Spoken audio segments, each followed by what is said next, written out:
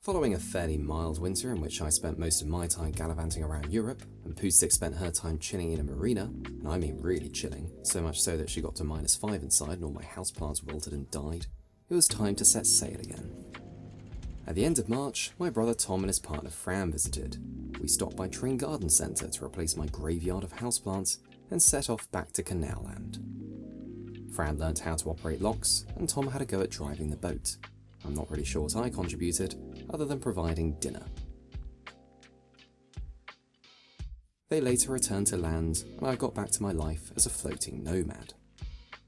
It was nice to wake up on the cut again, surrounded by nature, even if there were still a few misty mornings to be endured first.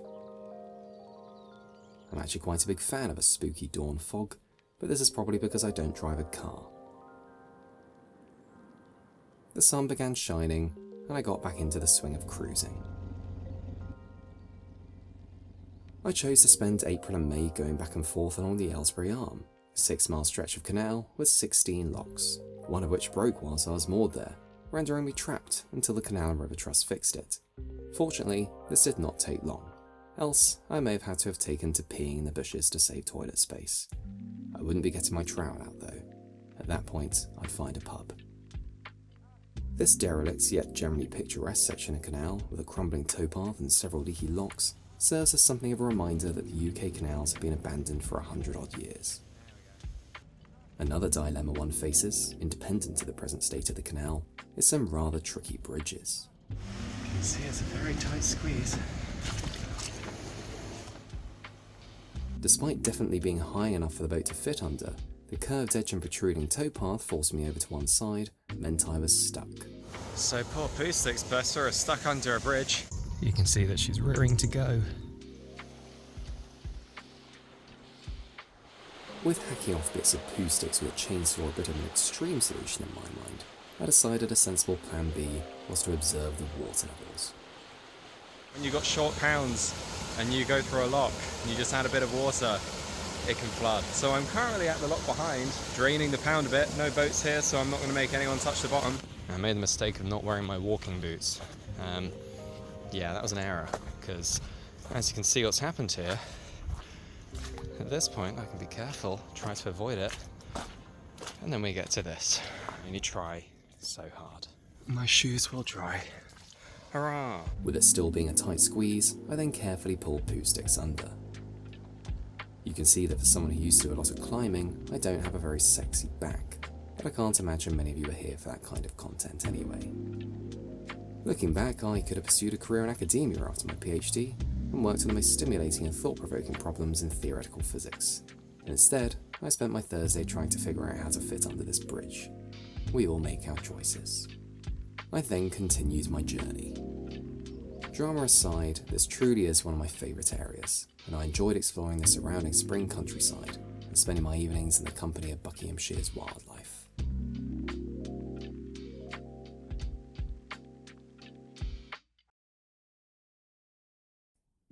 With the weather slowly but surely improving at a typical highly sporadic British pace, I got back into the swing of running and cycling, and decided to brave a new sport this year: paddleboarding.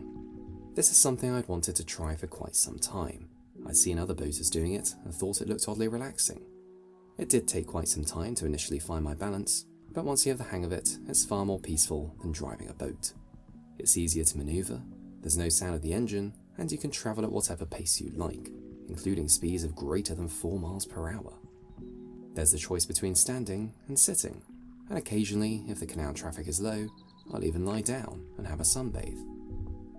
Being closer to the water, you'll notice the friendly locals, such as this apparently highly invasive terrapin I made friends with.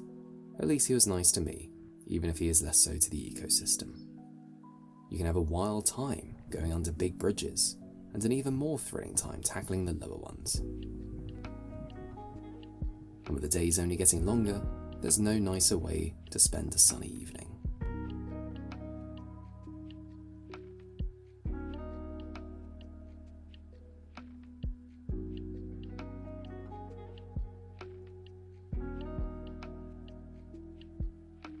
After making my farewells to the ducks and the swans, it was time to set off again, and leave the arm.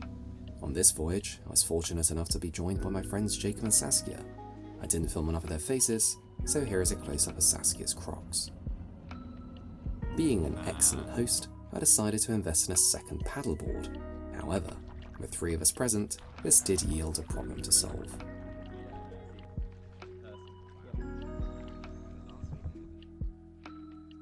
I'm not buying a third paddleboard.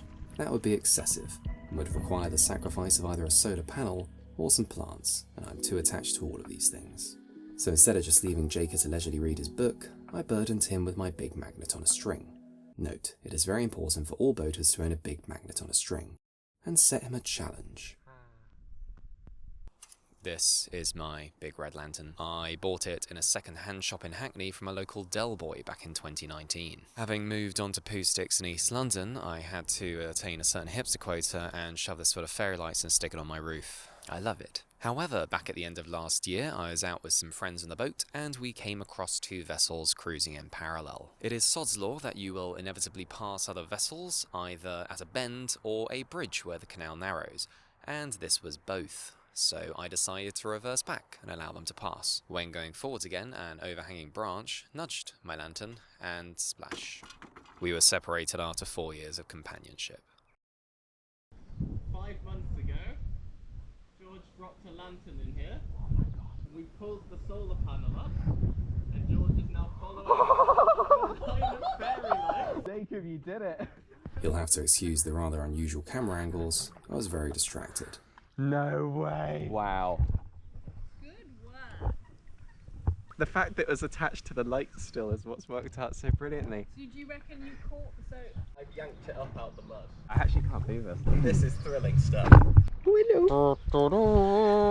No way, this thing still works. The fairy light's fine, but I've got the lantern. That cost me a tenner from a shop in Hackney. It's sludgy in there. Still, I think that's a triumph to have. That's a massive trial. It's got a story to it now. It spent 6 months under the Grand Union Canal. Well, we know it's at the bottom of the canal now. It's nice and sludgy. I missed you. I actually really didn't think we'd do that. Following this epic win, I went up to Scotland for 2 weeks, Douglas had his annual bath, and I had a spring clear out. I then resumed my journey along the Grand Union Canal and headed to Leighton Buzzard, but not without encountering further problems on my travels. Swing bridges pivot horizontally from one end, allowing the passage of boats through an otherwise obstructed waterway. Like locks, they come with bollards or a landing to moor the boat while setting up. This bridge, for reasons beyond my comprehension, has its bollards on the other side of the canal as the pivot, with the swing side being overgrown with trees. I thus had to devise a scheme in which I let the boat hover as I prepared the bridge, taking care not to lose hold of the bow line. Following this pain in the arse, I then continued with my journey.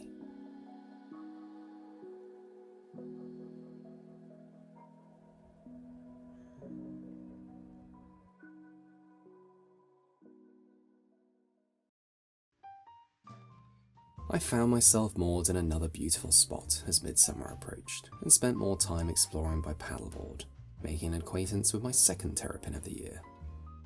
Spring marks the start of baby duck season. They appeared late this year, but did not disappoint.